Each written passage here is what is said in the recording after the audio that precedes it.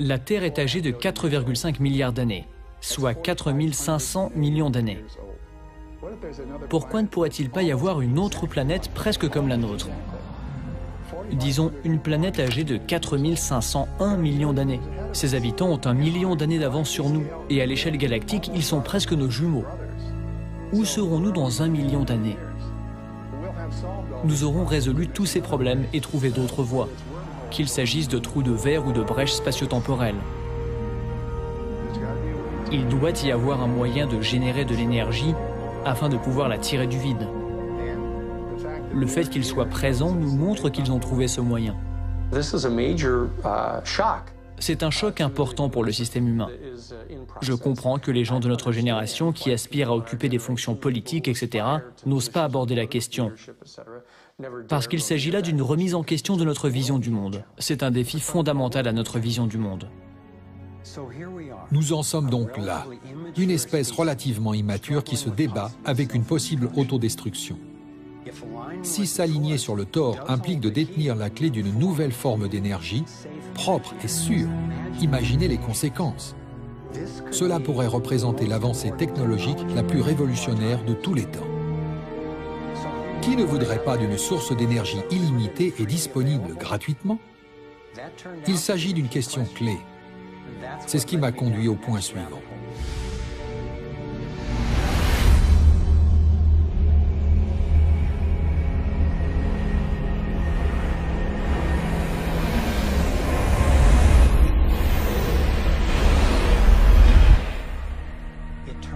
Il s'avère que les scientifiques, depuis le début des années 1900, ont mis au point des méthodes alternatives pour accéder à l'électricité sans combustion. Nikola Tesla a cru qu'il avait découvert ce qu'il appelait l'énergie radiante. Beaucoup de scientifiques pensent qu'il a introduit ce qu'on appelle aujourd'hui l'énergie libre. Mais avant que Tesla n'arrive au terme de son projet, son financier et banquier JP Morgan, qui détenait le monopole du cuivre utilisé pour fabriquer les lignes électriques, reconnut que l'invention de Tesla pouvait émettre de l'électricité sans câble et il cessa de financer Tesla. Le laboratoire de Tesla fut réduit en cendres et Tesla fut mis à l'écart. Tout ça parce qu'il avait essayé de mettre en œuvre sa vision d'une énergie illimitée pour tous. Un inventeur contemporain, Adam Trombley, a été inspiré par le travail de Tesla et par les possibilités liées au tort. Trombley a construit une dynamo, un générateur de courant direct pouvant récupérer l'énergie électrique directement dans l'air. Nous voulions démontrer qu'en imitant le champ magnétique d'une planète et en faisant tourner ce dispositif, nous pouvions créer une dynamo qui fonctionne. Et dans les faits, cela a fonctionné. Cela fonctionne. Lorsque nous contemplons la nature, Jupiter ou une dynamo telle que la Terre tournant dans l'espace, on parle fondamentalement d'un aimant qui évolue dans l'espace. Les lignes de flux de l'aimant se répandent dans ce modèle toroïdal du champ magnétique. Il s'étire et se contracte également. Il respire. Il absorbe littéralement l'énergie de l'espace et la transforme. Rien que dans cette toroïde, nous avons suffisamment d'énergie pour transformer la planète entière. Ce n'est pas juste un exposé théorique, c'est la réalité. Réfléchissez un peu aux implications que cela induit. Cela signifie que n'importe quel endroit sur la Terre dispose soudainement d'énergie. Chaque personne sur Terre dispose soudainement d'énergie. C'est la profusion universelle. Trombley avait été invité à faire une démonstration de l'un de ses générateurs aux Nations Unies et au Sénat américain, mais la première administration Bush a torpillé ces événements. Ensuite, l'appareil lui-même a été saisi lors d'un raid gouvernemental. L'expérience de Trombley n'est pas un cas unique. À chaque fois, ou presque, que j'ai rencontré l'inventeur d'une technologie prometteuse dans le domaine de l'énergie libre, il m'a raconté une histoire similaire. L'inventeur John Bedini a commencé à travailler en se basant sur les théories de l'énergie radiante de Tesla il y a plusieurs dizaines d'années. Il a produit un éventail de chargeurs de batteries qui généraient plus d'énergie qu'il n'en fallait pour les faire fonctionner. Il a annoncé qu'il allait les commercialiser à bas prix. Peu de temps après, il a été agressé dans son laboratoire et prévenu qu'il ne devait pas fabriquer les machines. Pour sa propre sécurité, il a dû abandonner l'idée de commercialiser des appareils à énergie libre. Tous ces dispositifs proviennent de laboratoires que j'ai personnellement visités.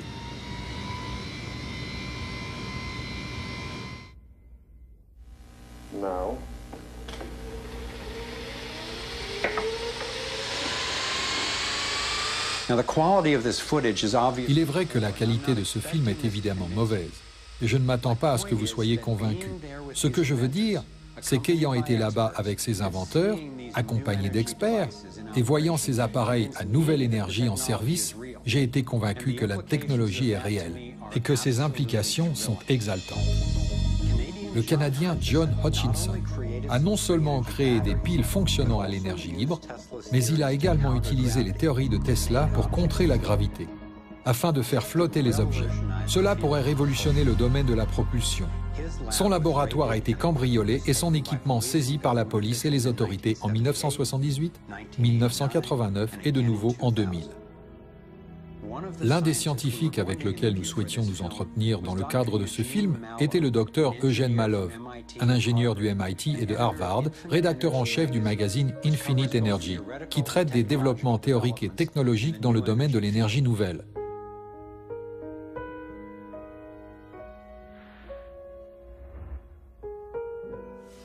Dr Malov a été mystérieusement battu à mort en 2004. Si ces inventeurs étaient tous des blagueurs et des charlatans, je me suis demandé pourquoi ils avaient été supprimés de manière si brutale et systématique. J'ai demandé à Adam Tromley, l'inventeur de l'énergie libre, pourquoi il pensait que cette technologie était en cours de suppression et si le phénomène des ovnis y était lié.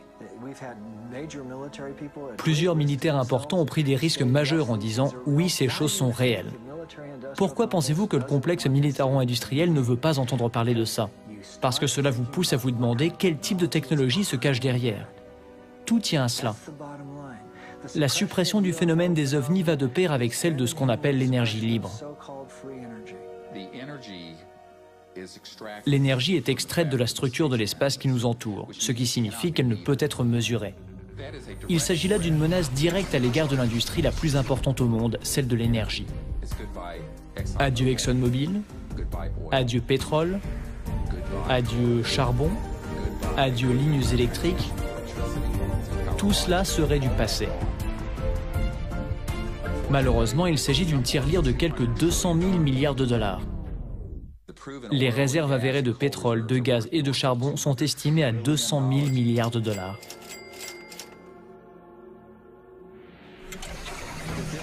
La révélation de cette information modifierait complètement le pouvoir géopolitique, plus que tout autre événement jamais enregistré dans l'histoire humaine.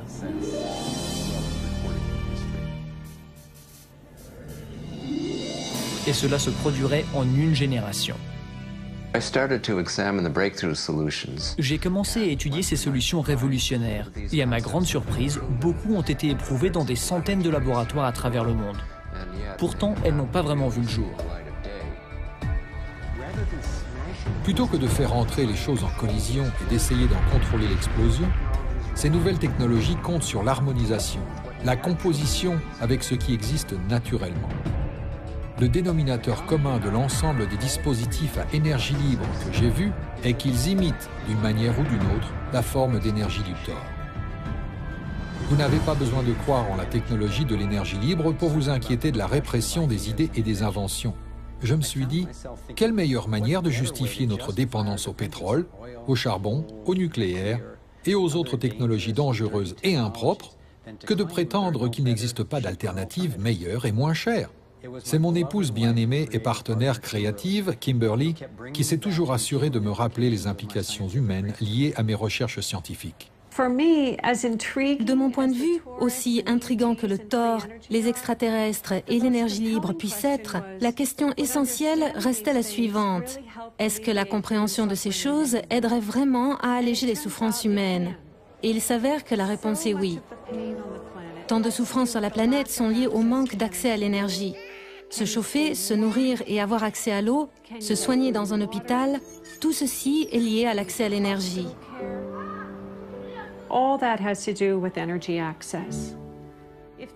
S'il existe un modèle fondamental dont je pense que l'évolution serait efficace et qui nous permettrait de créer de nouvelles technologies afin de résoudre ces problèmes, alors cela vaut la peine que j'ouvre mon esprit à ces sujets socialement tabous.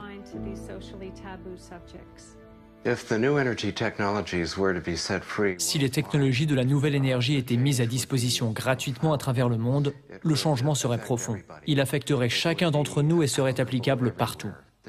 Ces technologies représentent la chose la plus importante qui se soit produite dans l'histoire du monde. Donc, étant donné les enjeux, j'ai décidé de me poser les questions suivantes. Qui profite de la suppression de la recherche scientifique? Qui pourrait voir sa richesse et son pouvoir menacés par l'accès à une énergie propre et gratuite? À qui profite un monde où si peu possède tant, et inversement? En tant que chercheur indépendant, j'ai suivi l'une des règles fondamentales du journalisme d'investigation. Si une histoire n'a pas de sens, suivez l'argent.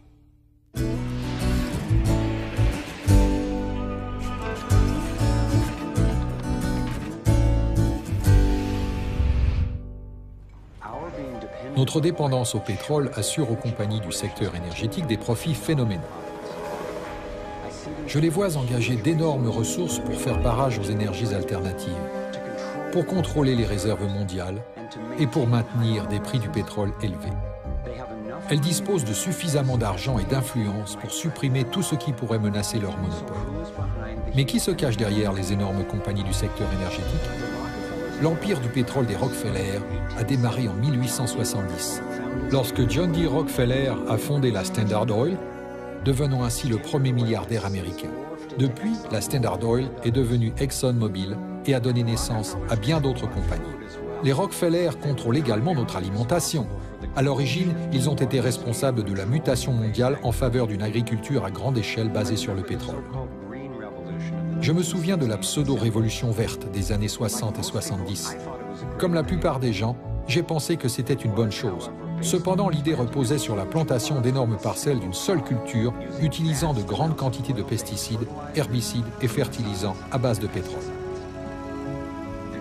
La révolution verte était une idée originale de la division des sciences naturelles de la Fondation Rockefeller, en partenariat avec de grandes entreprises agricoles. L'agriculture basée sur le pétrole a généré quantité de nouveaux profits pour l'industrie pétrolière, mais n'a jamais tenu ses promesses d'éradiquer la faim et de promouvoir la santé. Au début, elle a augmenté la productivité parce que chaque parcelle était exploitée pour une production immédiate. Mais on peut aujourd'hui constater ses coûts réels. Les contribuables paient des milliards en subventions aux entreprises géantes de l'industrie agroalimentaire. Les petites exploitations familiales ont disparu. La biodiversité est détruite. Les produits chimiques toxiques empoisonnent les ouvriers agricoles et polluent la terre. L'eau et nos réserves en nourriture mettent en danger notre santé à tous. En 2010, près d'une personne sur 7 dans le monde n'a pas mangé à sa faim.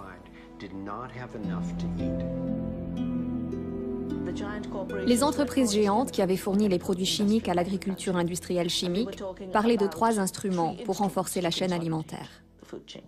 Le premier était le recours au génie génétique comme outil de contrôle. Le deuxième consistait à breveter les graines et la vie comme outil de contrôle, en déclarant que les graines relevaient de la propriété privée, traitant la réutilisation de graines par les agriculteurs comme un crime, un vol de propriété intellectuelle. Et le troisième était les soi-disant traités de libre-échange qui devaient priver les gens ordinaires, les agriculteurs, les producteurs de leur liberté de réutiliser des graines. La conception d'une technologie Terminator permettant de créer des graines stériles et de rendre l'humanité toujours plus dépendante d'une poignée d'entreprises constitue l'ultime étape de ce processus.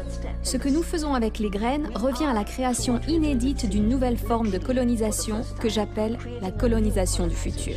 Which I call the colonization of the future.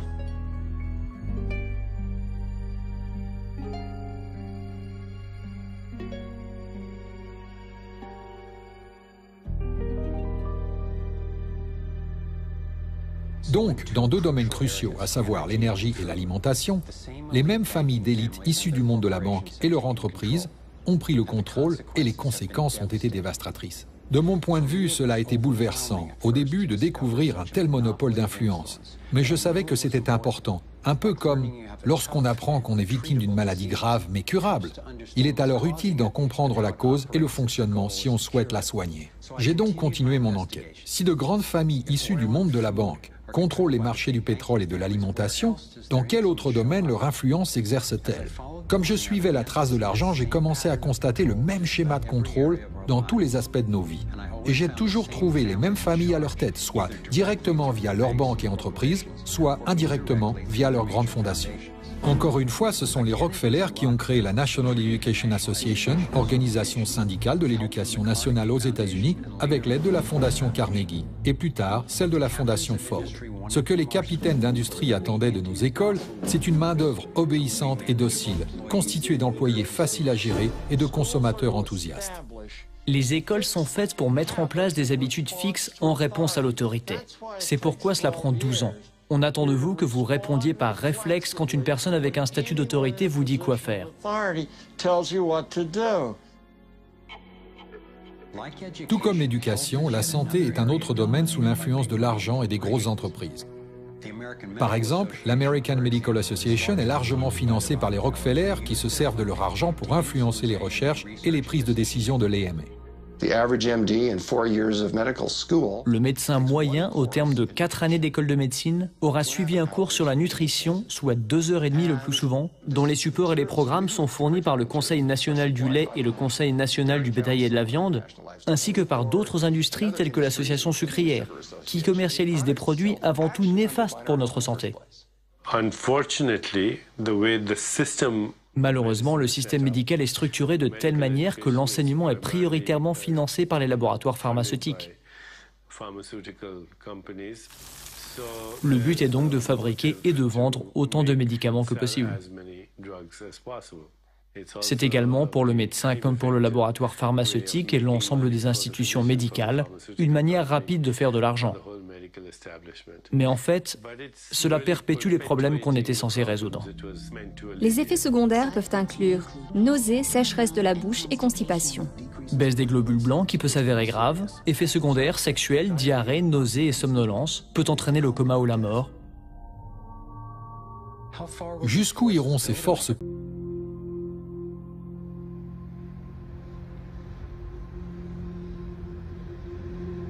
Aussi difficile que cela a pu être, je suis arrivé à une conclusion inévitable et profondément gênante. Je crois qu'une élite et les entreprises qu'elle dirige n'ont pas seulement pris le contrôle de notre énergie, de nos réserves en nourriture, de notre éducation, de nos services de santé, mais aussi de quasiment tous les aspects de nos vies. Et c'est possible en contrôlant le monde de la finance, non pas en créant plus de valeur, mais en contrôlant véritablement la source de l'argent. Lorsque j'ai suivi la trace de l'argent, j'ai découvert que cela me ramenait au niveau d'une pyramide. Nous nous situons à la base, vacants à nos occupations quotidiennes. Au-dessus de nous se trouve le gouvernement. Ces personnes à qui l'on donne le monopole du pouvoir et qui l'utilisent pour nous taxer et nous contrôler, que l'on soit d'accord ou pas. Mais qui les contrôlent, eux? Au niveau supérieur se trouvent les entreprises. Beaucoup diraient que désormais, ce sont les entreprises et non pas les États-nations qui dirigent le monde. Ils parlent de corporatocratie. Pour prendre possession des ressources mondiales et contrôler les marchés, cette corporatocratie doit avoir accès à un argent de faible valeur. Les grandes entreprises obtiennent leurs prêts à des taux préférentiels auprès des grandes banques, ce qui signifie que les élites aisées qui contrôlent les plus grosses banques contrôlent ces entreprises. En suivant la trace de l'argent, j'ai appris que presque toutes mes croyances à son sujet étaient fausses. Il est intéressant de voir à quel point on se pose si peu de questions sur toutes ces choses de la vie quotidienne. Lorsque, par exemple, nous nous rendons dans une banque et que nous demandons un prêt de, disons, 50 000 $ ou 50 000 livres, que se passe-t-il vraiment? La plupart des gens vivent leur vie en se basant sur une vague image de ce qui se passe. Ce qui se passe réellement lorsque vous demandez 50 000 livres, c'est qu'ils saisissent ce nombre sur votre compte. C'est tout ce qu'ils font. Ils ne frappent pas de pièces, ils n'impriment pas de billets, ils ne déplacent pas de métal précieux, ils mettent seulement la somme de 50 000 livres sur votre compte à partir d'un écran d'ordinateur. À partir de ce moment, vous commencez à payer des intérêts sur de l'argent qui n'a jamais existé, n'existe pas et n'existera jamais.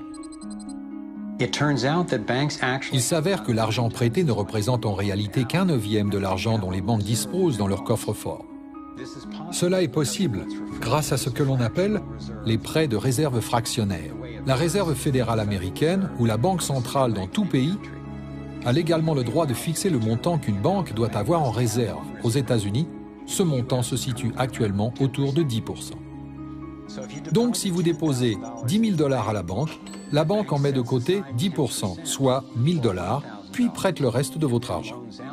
Pour comprendre le fonctionnement de ce système, admettons qu'une personne vienne à la banque et demande un prêt de $9 000 pour l'achat d'une voiture. À ce moment, ce sont les $9 000 de votre dépôt d'origine que la banque prête. Dès lors, l'argent n'est plus là. L'emprunteur paie ensuite le vendeur de la voiture et l'argent est déposé dans une autre banque qui fait partie du même système bancaire central. Ces $9 000 sont traités comme un nouveau dépôt et le processus continue. L'argent est à nouveau déposé et prêté jusqu'à ce que le dépôt initial de $10 000 se transforme en une somme de $100 000. Le système bancaire a simplement créé $90 000 en prêtant votre argent. Apparemment, cela a débuté avec les orfèvres du XVIIe siècle, lorsque la monnaie d'échange était l'or. L'or était lourd à porter. Le véritable métal était donc stocké dans les coffres-forts et le commerce s'effectuait grâce à des récépissés. Ces récépissés représentaient la première forme d'argent papier. Étant donné que seules quelques personnes retiraient leur or à n'importe quel moment, les propriétaires des coffres-forts, essentiellement les nouveaux banquiers, ont commencé à créer des récépissés pour plus de métaux qu'ils n'en avaient réellement. Ils ont prêté ces récépissés et facturé des intérêts sur de l'argent, en l'occurrence de l'or, qu'ils ne possédaient pas réellement. C'est ainsi que notre système de réserve fractionnaire a vu le jour. Dans ce système, les banquiers sont supposés créer de l'argent à partir de rien, alors que le reste d'entre nous doit travailler dur pour le gagner. Cela a engendré une forme moderne de servitude, dans laquelle la masse de la société travaille désormais pour s'acquitter de ses dettes auprès des banques.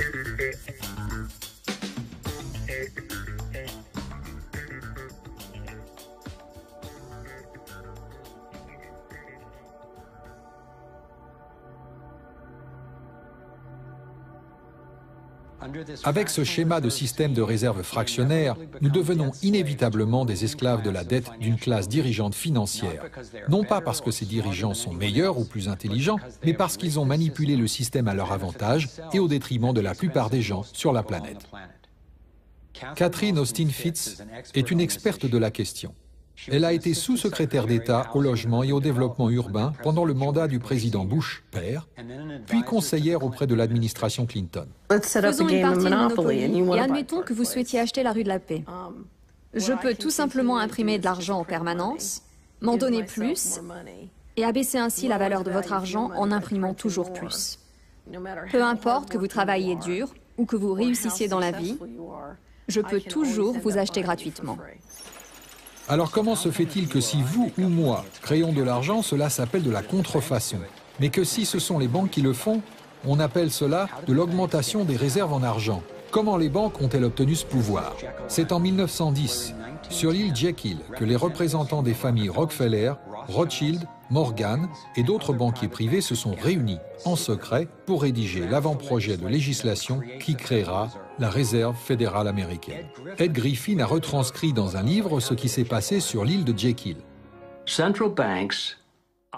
Les banques centrales sont des cartels bancaires qui ont établi un partenariat avec les gouvernements respectifs des pays où elles opèrent et à qui on a donné le monopole de la création des réserves d'argent d'une nation. C'est le cadeau que leur ont offert les politiciens, si l'on peut dire, pour le partenariat. Que font les banquiers pour les politiciens en retour? Puisqu'ils détiennent le pouvoir légal de le faire, ils promettent de créer de l'argent à partir de rien, chaque fois que le gouvernement en a besoin. Et depuis 2008, nous avons été les témoins de la plus importante période d'impression de faux argent de l'histoire. Ce tour de passe-passe financier dissimule les coûts, protège les responsables et fait de nous des esclaves de la dette qui doivent travailler pour rembourser la facture. Le service des recettes internes a été créé la même année que la Réserve fédérale américaine en 1913. Et l'impôt sur le revenu a ensuite été introduit afin que vous et moi payions la dette des politiciens plus les intérêts aux banquiers. Tout cela est plutôt révélateur. Le problème est qu'aux États-Unis, nous disposons d'un système de banque centrale privée déguisé en un système qui appartient au gouvernement.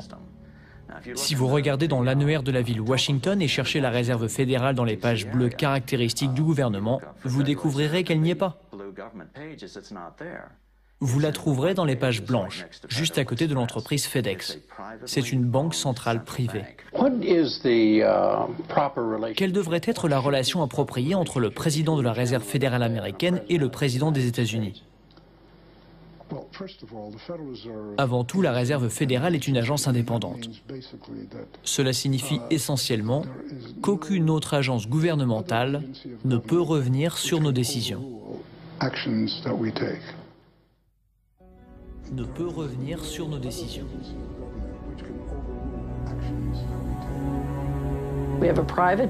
Nous disposons d'une banque privée qui imprime de l'argent pour le compte du Trésor américain. La Réserve fédérale imprime l'argent dans le cadre d'un système basé sur la dette, ce qui crée une pénurie.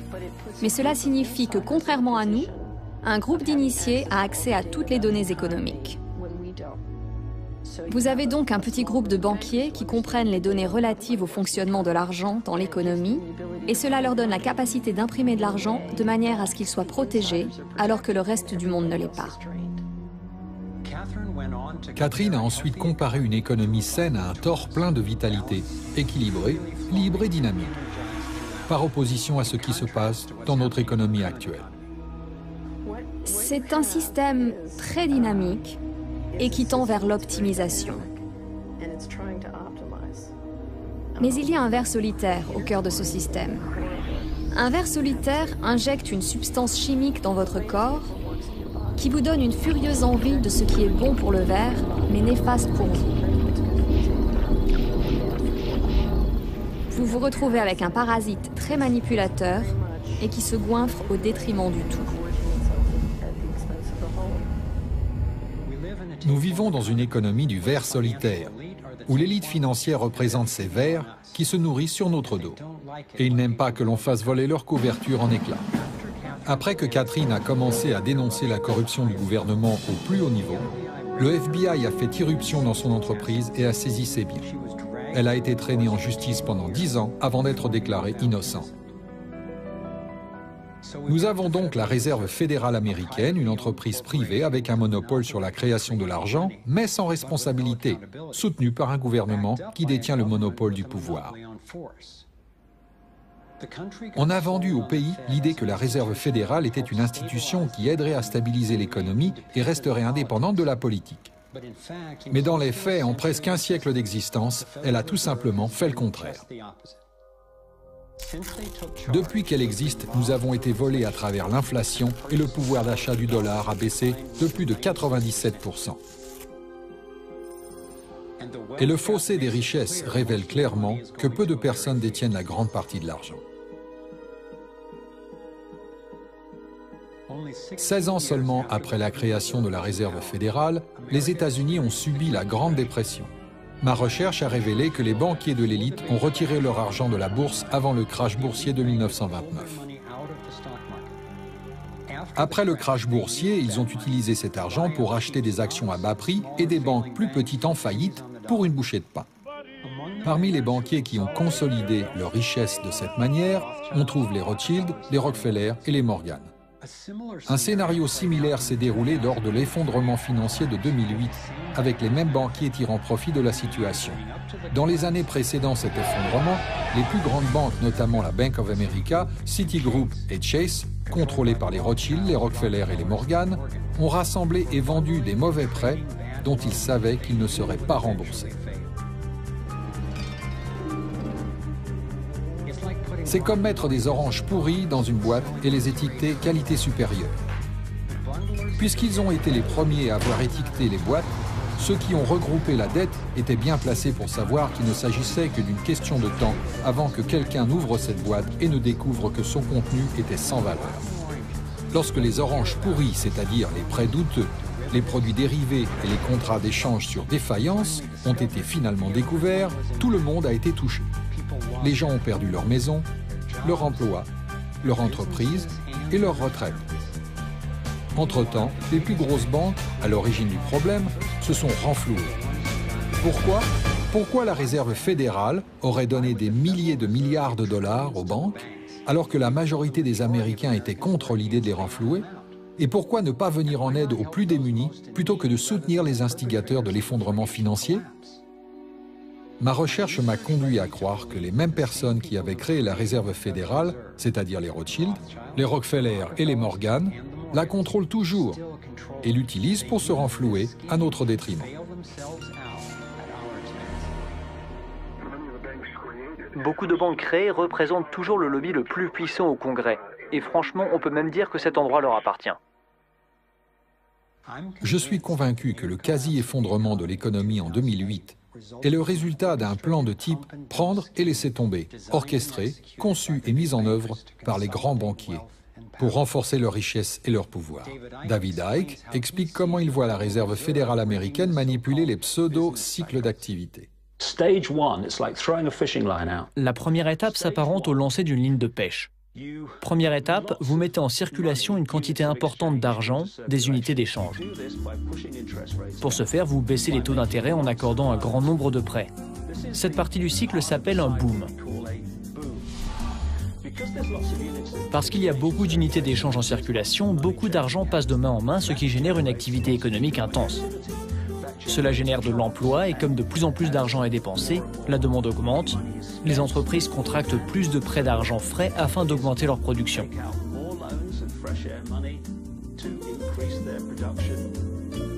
Au quotidien, les gens sont confiants. « Eh, tu sais, je travaille pour cette entreprise qui croule sous les commandes, ça marche vraiment bien. J'ai un travail sûr. D'ailleurs, nous sommes sur le point d'acheter une plus grande maison. » Et puis, quelque chose change. Ils tirent sur la ligne de pêche. Ils font grimper les taux d'intérêt. De moins en moins de personnes contractent des prêts et de toute façon, les banques renforcent les critères pour pouvoir obtenir un prêt.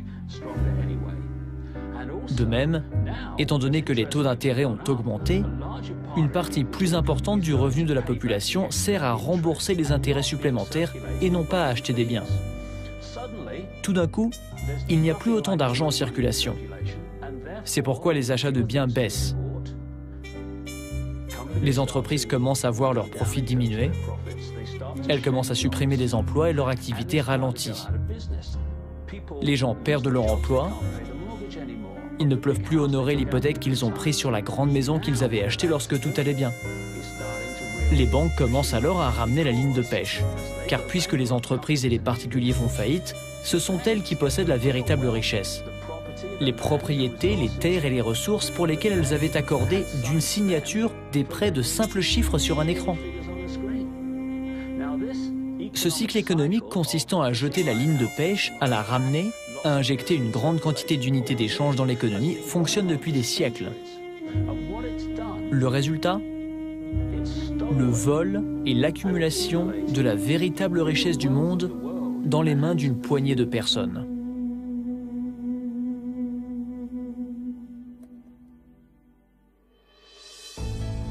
À un niveau international, les banques centrales utilisent la Banque mondiale et le Fonds monétaire international pour créer plus d'argent pendant qu'elles exploitent les ressources des pays auxquels elles prêtent et conduisant, dans le même temps, à la faillite.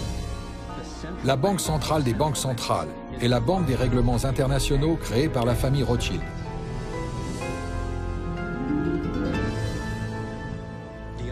L'élite se positionne de manière à contrôler l'accès à tout ce dont nous avons virtuellement besoin pour survivre. Peu importe où vous allez dans le monde, le système bancaire contrôle l'argent.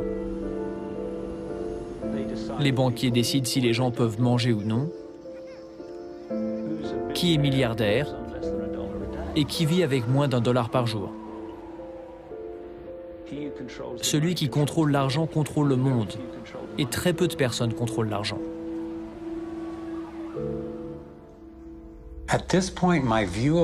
À ce stade, ma vision du monde a été bouleversée. J'ai réalisé que l'échec et la souffrance de tant de personnes représentent le succès et l'accomplissement d'une poignée de personnes. C'est-à-dire l'élite des banques centrales qui a convaincu le monde de les laisser créer de l'argent. Ils disposent déjà de fortunes conséquentes. Alors quel est leur objectif final? Quel est leur vrai programme?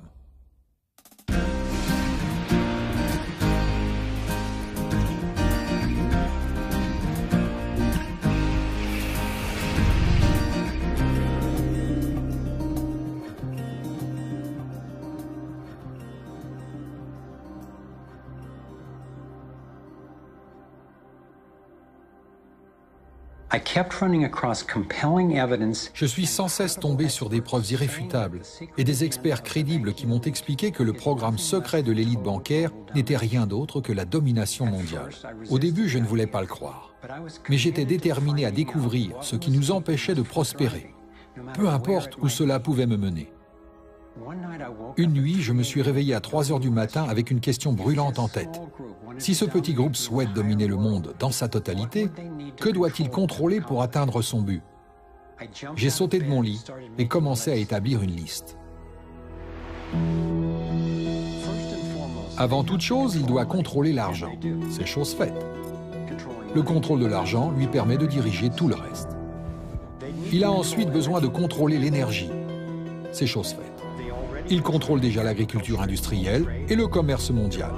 Il est en train d'acheter toutes les réserves d'eau de la planète. Il possède également la santé. Il essaye d'ailleurs de supprimer les alternatives naturelles. Il lui faudrait contrôler les informations qui nous sont disponibles et nos réactions face à celles-ci. L'Internet, notre outil de communication et d'organisation de masse le plus précieux, n'est ni contrôlé ni censuré aujourd'hui aux États-Unis. Mais ce statut ouvert est attaqué de tous côtés. Les gouvernements, les entreprises et les Nations Unies tentent tous de s'en emparer.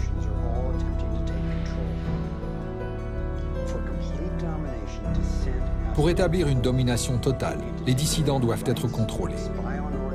Il lui faudrait nous confisquer nos droits, espionner des citoyens ordinaires et scruter le moindre aspect de nos vies. Au petit matin, je savais qu'une élite de puissants avait presque tout mis en place pour dominer le monde. Et j'ai compris alors avec effroi que Big Brother n'allait pas arriver. Il était déjà là. Nous sommes déjà dans la matrice. Comment en sortir? Pour envisager ce que j'avais compris, je devais découvrir à quoi ressemblait et comment fonctionnait leur structure de domination.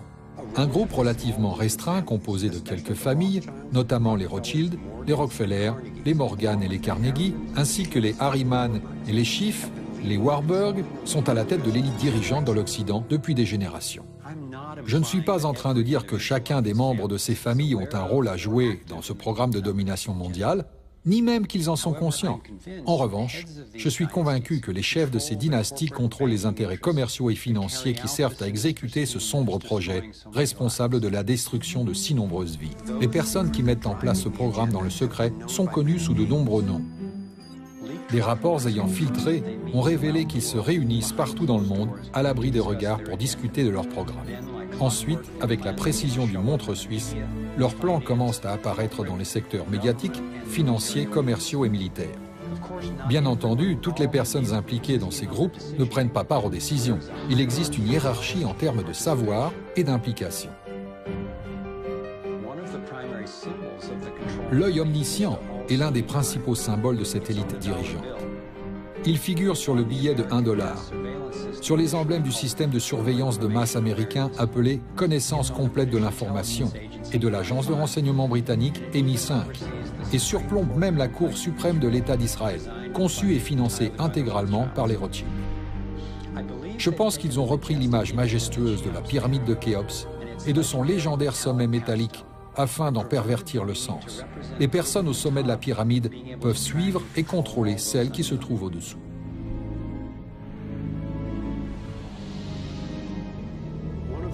Certains ont utilisé ces informations de façon malhonnête afin de promouvoir l'antisémitisme.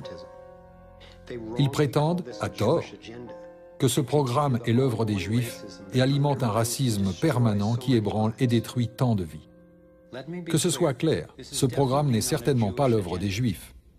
Des recherches ont montré que les dirigeants des banques centrales ont financé les deux camps lors de la Seconde Guerre mondiale, et même certaines entreprises complices d'Hitler dans les atrocités commises envers les Juifs. Étant donné que ces personnes disposent de plus d'argent que leur famille n'en aurait besoin pendant des générations, et étant donné qu'ils détiennent le pouvoir de créer de l'argent, je ne pense pas que la richesse soit leur objectif final.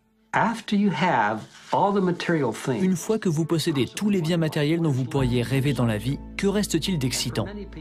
Pour la majeure partie des gens, la réponse est le pouvoir mondial. Ils sont devenus une élite intellectuelle. Ils ont commencé à penser qu'ils avaient un meilleur plan que celui de n'importe qui d'autre. Ils ont dans l'idée que la liberté est dangereuse. Si vous donnez la liberté aux gens, que vont-ils en faire? ils ne vont probablement pas l'utiliser de façon raisonnable comme on pourrait le penser. Nous sommes plus intelligents qu'eux et pour leur propre bien, nous devons les diriger. Alors que j'en étais arrivé à accepter l'idée d'une élite dirigeante planifiant une domination mondiale, j'ai commencé à entendre ces mêmes personnes en parler publiquement et plus directement, sauf qu'ils l'appelaient le nouvel ordre mondial. Lorsque nous réussirons, parce qu'il ne fait aucun doute que nous réussirons, nous pourrons établir ce nouvel ordre mondial.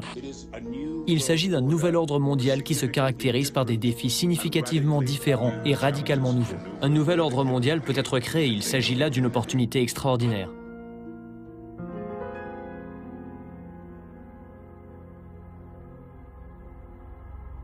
Étant donné l'état de notre monde actuel, un nouvel ordre mondial semble être une grande idée. Mais je devais faire la distinction entre ce que j'avais découvert à propos de la domination mondiale, un gouvernement mondial unique dirigé par une petite élite, et la réalité de notre interdépendance mondiale, c'est-à-dire la prise de conscience qu'à un niveau fondamental et même spirituel, nous ne sommes pas séparés, nous sommes liés. Mais le programme relatif à la domination mondiale est l'exact opposé. C'est une stratégie du diviser pour mieux régner, destinée à nous opposer les uns aux autres, à nous faire penser que ce sont les démocrates ou les républicains, les libéraux ou les conservateurs qui représentent le problème, alors qu'en fin de compte, les deux clans servent les mêmes intérêts. Je crois que nous nous dirigeons vers une autorité mondiale totalitaire, en réalité une dictature militaire menée par une petite élite qui possède tout le pouvoir et établit toutes les règles. S'ils y parviennent, il n'y aura nulle part où s'enfuir, nulle part où se cacher. Pensez-y.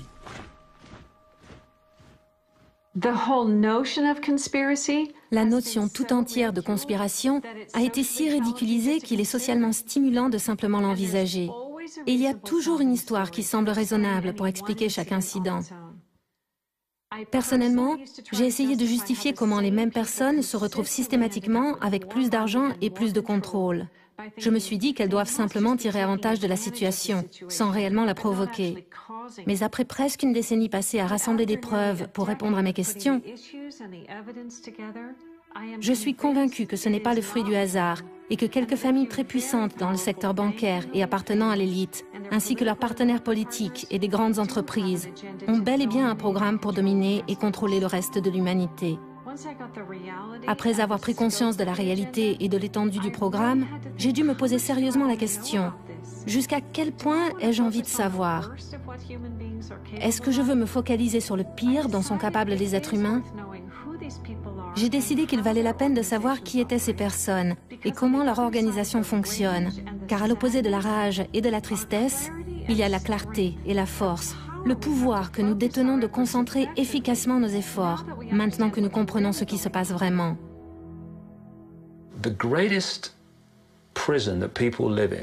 La plus grande prison dans laquelle les gens vivent est celle de la crainte de ce que les autres pensent.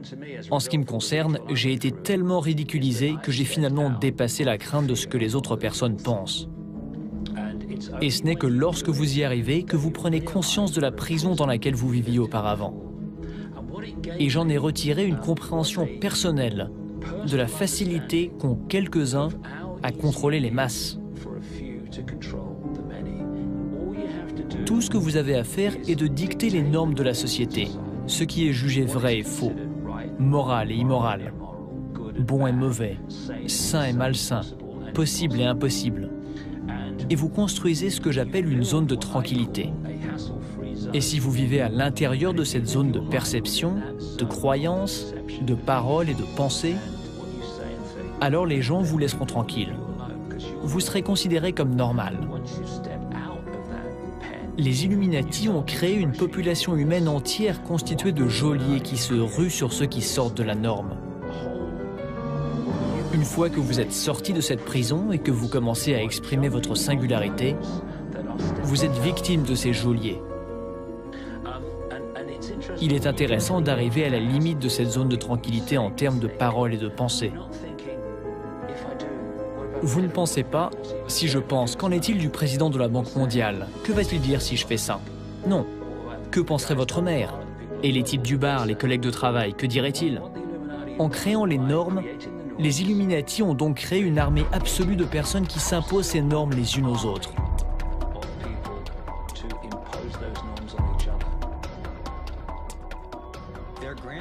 Leur stratégie grandiose de domination mondiale est en train d'être mise en œuvre.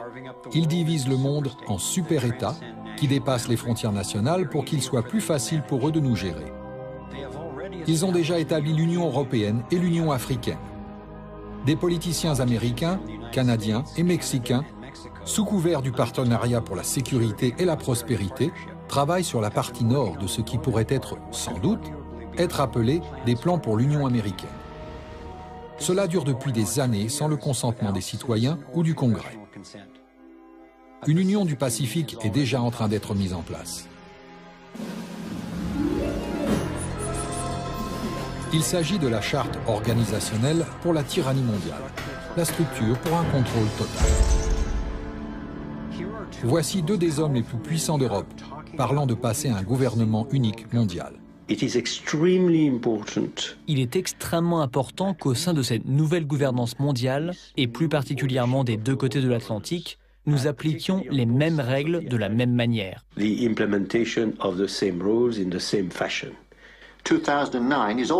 2009 est également la première année de gouvernance mondiale avec la création du G20 au beau milieu de la crise financière. Au niveau international, l'élite des banques centrales a mis en place d'énormes organisations pour faire appliquer leurs politiques, notamment l'Organisation mondiale du commerce, l'Organisation mondiale de la santé et le Fonds monétaire international. Grâce à son expérience de plusieurs décennies en tant que tueur à gages économiques, John Perkins sait comment la connivence entre les banques, les entreprises et les gouvernements leur a permis de s'emparer de pays dans le monde entier. Beaucoup de techniques ont été utilisées, mais la plus courante consiste à aller dans un pays qui dispose de ressources que nos entreprises convoitent, comme le pétrole. Nous convenons d'un énorme prêt à ce pays par l'intermédiaire d'une organisation comme la Banque mondiale ou l'une de ses sœurs. Mais presque tout l'argent va aux entreprises américaines, comme Bechtel, Halliburton, General Motors, General Electric, et non au pays. Et elles conçoivent d'énormes projets d'infrastructures dans ce pays. Centrales électriques, autoroutes, ports, complexes industriels, des choses utiles aux riches mais auxquelles les pauvres ont rarement accès. En réalité, les pauvres souffrent parce que ces énormes prêts doivent être remboursés. Et leur remboursement signifie que les pauvres ne bénéficieront pas de l'éducation, de la santé et des autres services sociaux. Le pays se retrouve intentionnellement avec une énorme dette sur les bras. Nous, les tueurs à gages économiques, revenons dans ce pays et disons « Vous voyez, vous nous devez beaucoup d'argent. Vous ne pouvez pas rembourser vos dettes, donc donnez-nous une livre de chair. » Dès qu'un président anti-américain est élu, l'un d'entre nous entre et dit « Eh, félicitations, Monsieur le Président. Maintenant que vous êtes président, je veux simplement vous dire que je peux vous rendre très très riche, vous et votre famille. On parle de plusieurs centaines de millions de dollars si vous acceptez de suivre nos règles. Si vous n'acceptez pas, j'ai dans cette poche un revolver avec une balle à votre nom, au cas où vous décidiez de maintenir vos promesses de campagne et de nous jeter dehors. Vendez votre pétrole à bas prix à nos compagnies pétrolières, ou soyez de notre côté lors du prochain vote des Nations Unies, ou envoyez des troupes soutenir les nôtres dans des endroits tels que l'Irak. Et c'est de cette manière que nous avons réussi à construire un empire mondial avec en fait très peu de personnes au courant de nos méthodes. Comme beaucoup de gens, j'ai pensé qu'une conspiration pour établir une domination mondiale ne pourrait pas vraiment fonctionner parce que fondamentalement, les gens ne sont tout simplement pas aussi compétents. J'ai pensé qu'ils n'arriveraient pas à mettre au point un tel plan avec les niveaux nécessaires de contrôle et de confidentialité. L'un des faux espoirs est que tout ceci arrive parce que le gouvernement est incompétent. C'est une énorme erreur et les gens ne le savent pas. C'est bien sûr une excellente couverture parce que le système sait où il va. Et il va exactement là où il veut et il réussit très bien. Enfin, je me suis demandé comment quelque chose de si grand et de si corrompu pouvait être tenu secret. Il s'agit d'une structure simple, et si ce n'était pas simple, cela ne fonctionnerait pas. Cette structure peut être comparée à une pyramide compartimentée. Si vous regardez n'importe quelle organisation aujourd'hui, peu importe s'il s'agit d'une entreprise internationale, d'une université, d'un gouvernement, d'une société secrète, toutes sont structurées telle une pyramide. Alors que la CIA et les autres agences de renseignement parlent, ils ne divulguent les informations qu'aux personnes concernées. Ne divulguez aux gens que ce qu'ils ont besoin de savoir pour apporter leur contribution et pas plus. Prenez une banque individuelle. Non pas que ça existe réellement. À la base, vous trouvez les personnes que vous voyez quand vous donnez votre chèque au comptoir de la banque. Elles ne savent pas ce que le directeur de la banque derrière elles sait et de quoi il parle. Elles savent seulement ce qu'elles ont besoin de savoir pour effectuer leur travail. Le directeur de la banque ne sait pas non plus ce qui se passe au niveau supérieur. Pas plus que le niveau supérieur ne sait ce qui se passe encore au-dessus. Et finalement, vous avez quelques personnes au sommet de la pyramide de cette structure bancaire. Ce sont les seuls qui sachent quel est le réel programme de la banque et dans quelle direction elles vont et pourquoi. Ce type de cloisonnement explique comment le projet Manhattan, le projet de développement de la bombe atomique durant la Seconde Guerre mondiale, a pu être tenu secret, bien que 130 000 personnes travaillent dessus. Quand j'ai pris connaissance de l'envergure et des objectifs du programme pour la première fois, je me suis sentie comme si j'avais la grippe depuis 2 semaines.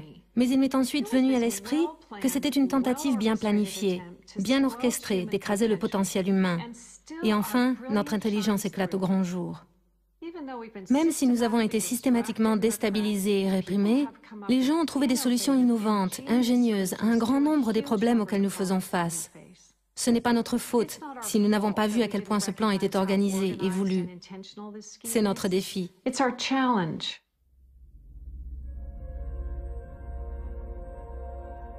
J'ai regardé le monde que l'élite dirigeante nous a déjà donné et j'ai pu que me demander dans quel type de monde vivrions-nous s'ils détenaient la domination absolue et totale sur chacun et partout. Dans ce nouvel ordre mondial qu'est le leur, un petit nombre de personnes exercent un contrôle total sur les vies de chacun par le biais d'un système de surveillance intrusive, une répression violente des dissidents et l'esclavage de l'adepte. Imaginez de toutes petites îles d'opulence entourées d'une mer de misère, où la mission des militaires est de protéger les nantis contre les démunis.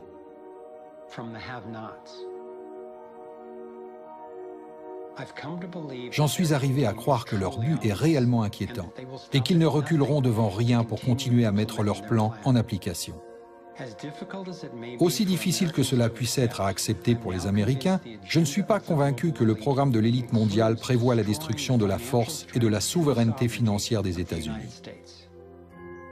Avec leur histoire faite de liberté d'expression et de révolte armée, les États-Unis représentent l'obstacle majeur au renforcement mondial du pouvoir.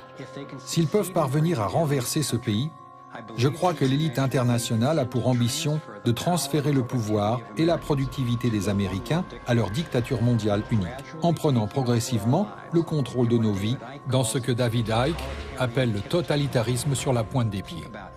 Pensez-y, nous sommes tellement endettés que nous ne pourrons jamais les rembourser. Ils font faire s'effondrer le dollar et ils essaient de le remplacer avec une monnaie mondiale du FMI. Cette pression pour une monnaie électronique mondiale sans espèces permettrait à une autorité centrale d'immobiliser tout individu ou groupe en un instant. Maintenant, pour la première fois dans l'histoire, on propose d'instaurer des taxes internationales sous le prétexte de régler les problèmes de changement climatique. Tel un cheval de Troie, le projet de traité dévoilé lors de la conférence de Copenhague sur le climat de 2009 fait appel à nos préoccupations sur l'environnement tout en nous détournant du fait que cette taxe carbone, sans précédent, serait versée à la Banque mondiale et que son application serait assurée par la police mondiale. Il existe d'autres moyens de traiter le besoin évident de réduire la pollution, sans créer une base imposable pour la tyrannie. Vous voulez changer la société, mais vous savez que si vous le faites ouvertement, vous allez générer des réactions négatives. Donc vous ne le faites pas ouvertement. Vous jouez au jeu du problème, réaction, solution. Première étape, vous créez un problème. Cela pourrait être un attentat à la bombe, cela pourrait être un 11 septembre, une attaque de devises, un effondrement du marché boursier ou du gouvernement. Vous racontez aux gens votre version de A qui en est à l'origine et B pourquoi. À partir de là, le schéma problème-réaction-solution s'effondrerait si nous pouvions compter sur des médias qui fassent vraiment du journalisme. Mais au lieu de ça, les médias traditionnels agissent comme des agences de relations publiques pour la version officielle des événements. Il s'avère que le président George W. Bush avait raison sur le fait que Saddam Hussein dissimulait des armes de destruction massive. Les médias traditionnels représentent pratiquement le seul moyen ou source d'information dont la population dispose au sujet de cet événement. Et ce qu'ils cherchent, dans le cadre de la deuxième étape du schéma problème-réaction-solution, c'est de déclencher une réaction de colère et de peur. Ils veulent que la population demande au gouvernement de faire quelque chose. Cela ne peut pas durer. Que comptez-vous faire à ce sujet ? Cela conduit à la troisième étape, où ceux qui ont créé le problème récoltent la réaction qu'ils attendaient de la population sur la base d'une histoire erronée et lui offrent des solutions aux problèmes qu'ils ont eux-mêmes créés. L'utilisation des catastrophes, qu'elles soient fabriquées ou simplement utilisées, m'a permis de comprendre finalement jusqu'où ces gens sont prêts à aller pour atteindre leurs objectifs. Des recherches ont démontré que nous nous sommes engagés dans la guerre du Vietnam sous de faux prétextes. L'ancien secrétaire de la Défense, Robert McNamara, a reconnu que l'attaque d'un navire dans le golfe du Tonkin n'a en fait jamais eu lieu. Nous pensions tous avoir été attaqués ce jour-là, mais c'était faux. Cela ne s'est jamais produit.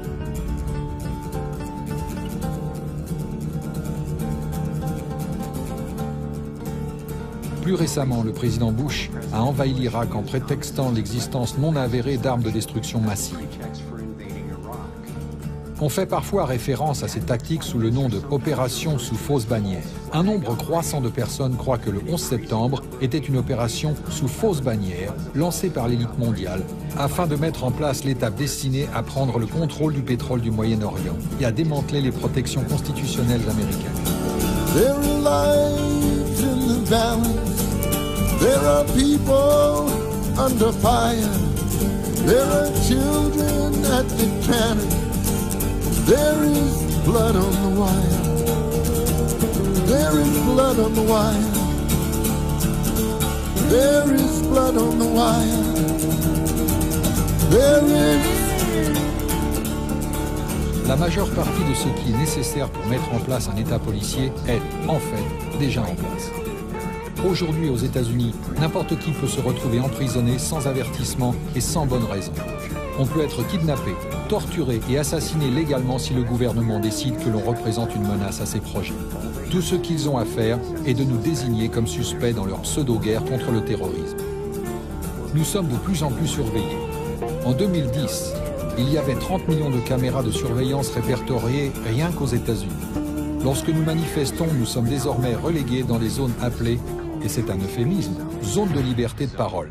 Quelle zone pour la liberté de parole ? Chaque coup de téléphone que nous passons et chaque email que nous envoyons est répertorié et archivé et peut être inspecté à tout moment. Nos permis de conduire et nos passeports sont équipés de puces informatiques qu'on a implantées à l'intérieur afin de tracer chacun de nos mouvements. Désormais, les patients des hôpitaux se voient implanter les mêmes puces sous la peau. En fait, c'est Procter & Gamble qui a initialement développé ces puces dans le but de tracer ses produits. On le présente toujours comme un moyen d'aider. Mais même un directeur assistant de la CIA a admis qu'il s'agissait aussi d'une porte ouvrant vers l'implantation de puces sur nous tous pour un meilleur traçage et un meilleur contrôle. Ces contrôleurs aspirants, via les US Space Command, ont mis en place les grandes lignes d'un plan intitulé « Domination totale, tous azimuts ». Une surveillance satellite sophistiquée ainsi qu'une énergie dirigée et des armes laser d'ores et déjà développées ont la capacité de cibler les dissidents partout sur la Terre. Je crois qu'ils tentent également de s'assurer qu'ils pourront agir de manière efficace sans résistance.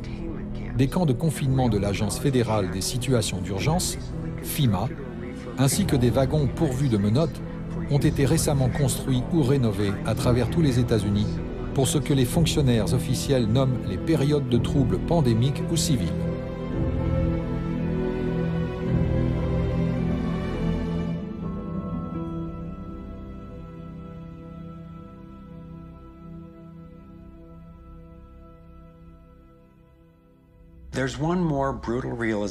Il existe une autre prise de conscience encore plus brutale à propos du programme de domination mondiale que je souhaite partager. J'ai eu beaucoup de mal à la comprendre, mais en l'ignorant, cette enquête serait dangereusement incomplète et nos stratégies de solution manqueraient d'informations.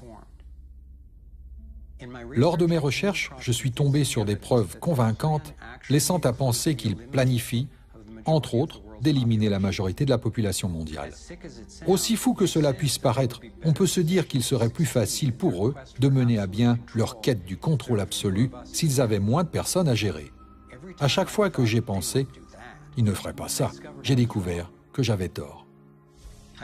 J'ai découvert des informations effrayantes, révélant que l'eugénisme est l'un des piliers de leur plan. L'eugénisme se définit comme la pratique par laquelle des personnes décident qui vaut la peine de vivre et qui n'en vaut pas la peine. l'un des moyens insidieux de la mise en place de ce plan secret est la stérilisation. En 1904, les Carnegie ont financé le premier laboratoire d'eugénisme à Cold Spring Harbor, Long Island. Les Rockefeller ont financé des programmes eugéniques visant à une stérilisation forcée des personnes de couleur et ont financé l'Institut Kaiser Wilhelm en Allemagne pour faire avancer le programme de suprématie raciale adopté plus tard par Hitler. En 2007, le département de l'Agriculture et le département de la Sécurité intérieure des États-Unis ont financé un projet envisageant la pulvérisation aérienne au-dessus des zones urbaines de la Californie du Nord, regroupant plus de 7 millions d'habitants. Après que les citoyens se sont organisés contre ce plan, les fonctionnaires du gouvernement ont été forcés de révéler que le produit à pulvériser contenait de multiples toxines qui pouvaient causer des maladies et perturber le cycle reproductif. Heureusement, la résistance civile a stoppé ce projet. Le gouvernement américain a été surpris plus de 30 fois en train d'expérimenter secrètement des substances chimiques toxiques sur ses propres citoyens, qu'il s'agisse de soldats, de prisonniers, d'Américains natifs dans les réserves ou de villes et de comtés entiers. La stérilisation secrète en masse des femmes et des jeunes filles, en général à l'aide d'additifs au vaccin, a été révélée au Brésil, à Porto Rico, au Nicaragua, au Mexique et aux Philippines. Ces actions ont été conduites sous les auspices de programmes tels que le Population Council de John D. Rockefeller, le département de la santé, de l'éducation et de l'aide sociale des États-Unis, dont Nelson Rockefeller était le sous-secrétaire, et l'Organisation mondiale de la santé créée par Rockefeller et Syngenta, en coopération avec le département de l'Agriculture et le département de la Défense des États-Unis, ont testé sur le terrain une souche spermicide de maïs génétiquement modifiée qui rendrait les consommateurs masculins stériles. Cela a été annoncé de façon discrète comme étant une contribution au problème de la surpopulation mondiale. Et la liste ne s'arrête pas là. En ce moment, la fertilité humaine sur le plan mondial est en fort déclin. Je suis convaincu que ce n'est pas un accident. Ma volonté d'envisager et d'effectuer des recherches sur un programme de dépopulation directe a constitué une étape critique dans la représentation que je me fais de ce système, mais également pour apporter des réponses à la hauteur du défi auquel nous faisons face. Je sais que cela peut paraître fou, mais imaginez que nous soyons en 1932 en Allemagne.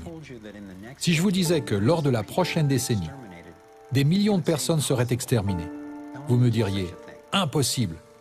Personne ne ferait une telle chose.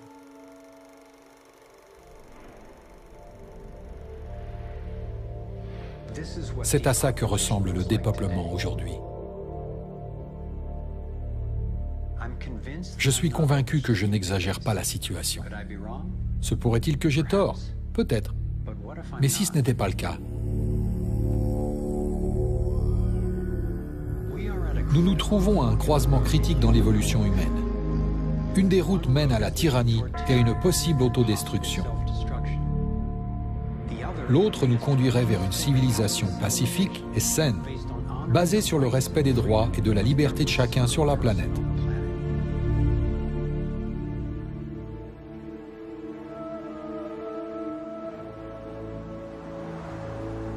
Pour partir dans cette direction, il ne tient qu'à vous et moi de dégager cette route.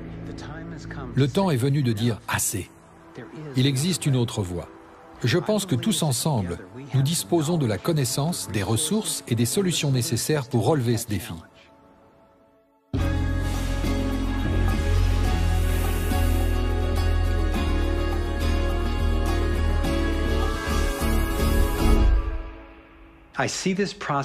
Je considère ce processus comme rien de moins qu'une lutte pour l'âme de l'humanité. Cela commence avec un changement de vision du monde, en répondant à la question « Qui sommes-nous vraiment ? Qu'est-ce que la nature humaine ?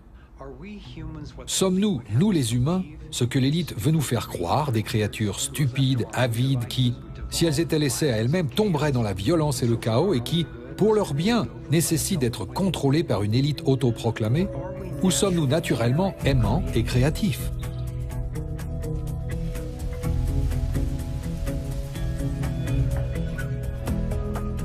Je crois que quand les gens seront en bonne santé et qu'ils auront ce qu'il faut pour survivre, nous pourrons créer un monde basé sur l'intégrité, la liberté et la compassion. Un monde dans lequel chacun pourra prospérer. De laquelle de ces deux visions sera fait notre avenir? C'est à nous de choisir, maintenant. Le programme de l'élite dirigeante résulte d'une vision du monde destructrice, basée sur leur croyance qu'il n'y a pas assez pour tout le monde, que certaines personnes sont plus méritantes que d'autres et que leur propre sécurité dépend du maintien d'un contrôle absolu sur le reste d'entre nous. En bref, leur vision du monde est basée sur la pénurie et la peur. Mais aussi puissants qu'ils soient, les architectes du nouvel ordre mondial ne peuvent créer leur abominable vision sans notre complicité. Pour les arrêter, pour rendre leur programme obsolète, nous devons nous réveiller. Nous devons agir.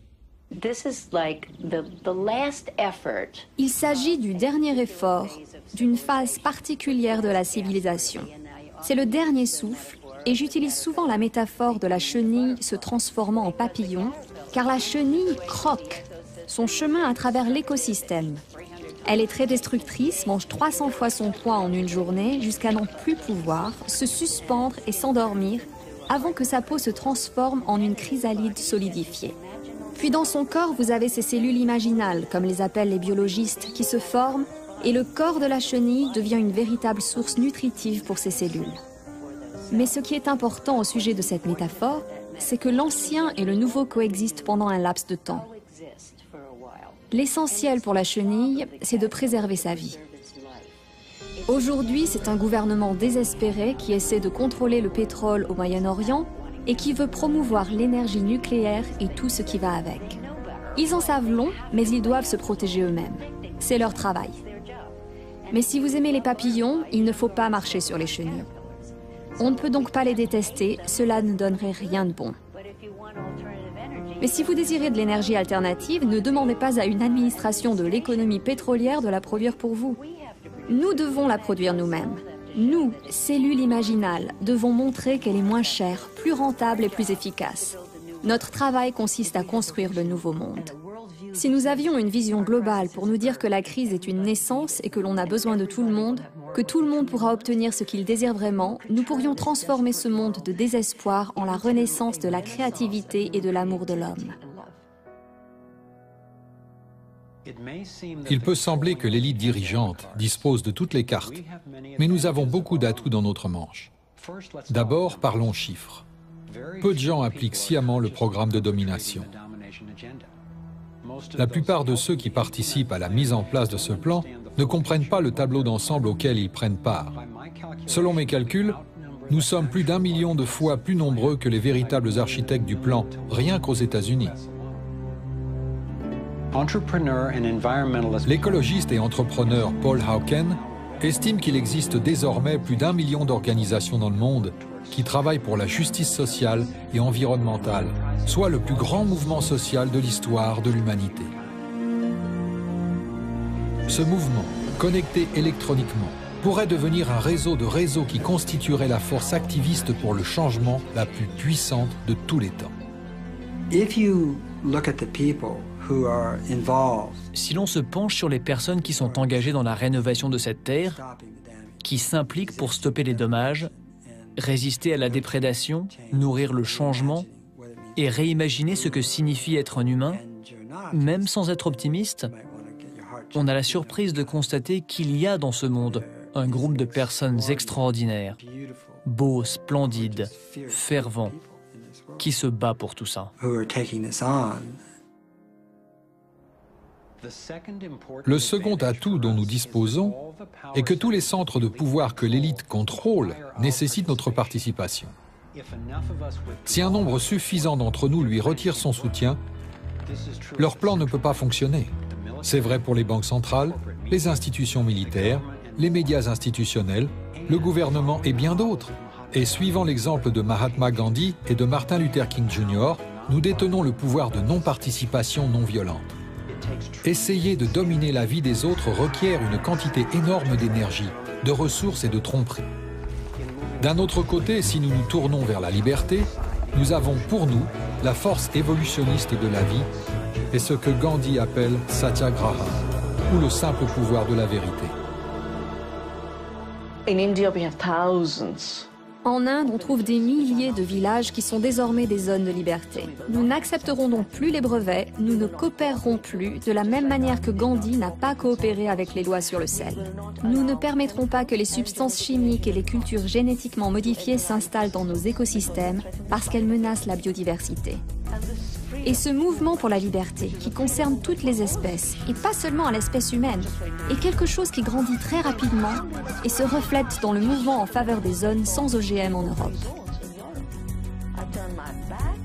En un clin d'œil, un autre millier de zones sans OGM, 90% de l'Italie, 90% de l'Autriche.